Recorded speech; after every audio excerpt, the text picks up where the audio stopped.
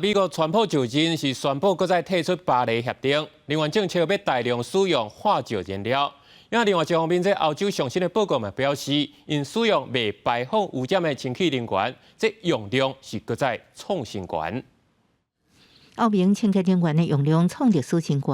根据能源智库 Amber 发布的上新报告，目前欧盟有47%的电力为太阳能甲其他可再生能源来的。搁一摆显示，欧盟伫推动清洁能源甲美国新政府追求搁较侪化石燃料之间的差距是愈来愈大。With solar overtaking coal power for the first time in Europe, we also saw the 5th annual decline in a row for gas power.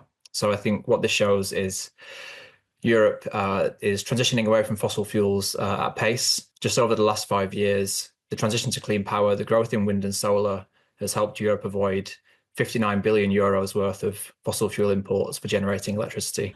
报告指出，自2024年，欧洲的太阳能发电量占欧盟总发电量的11%，超过第一摆60%的头团。巴西可再生能源发电比例上悬，将近89%，其中大部分是为水力发电来的。加拿大差不多占66.5%，中国30.6%，法国26.5%，美国12.7%，印度19.5%。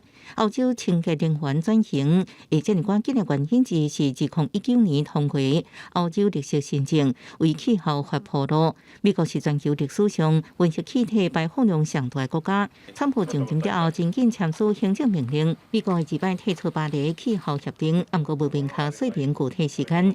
世界气象组织表态尊重。It's a decision of a sovereign country, and we need to accept that, and we need to move forward. 世界气象组织表示，极端事件甲早期预警系统不应该受川普退出决定的影响。巴黎气候协定所讲目标甲行动拢在继续。根据协定规定，正式退出巴黎气候协定，要向联合国提交通知了后，差不多1年前完成。公司新闻，恩文林朋友。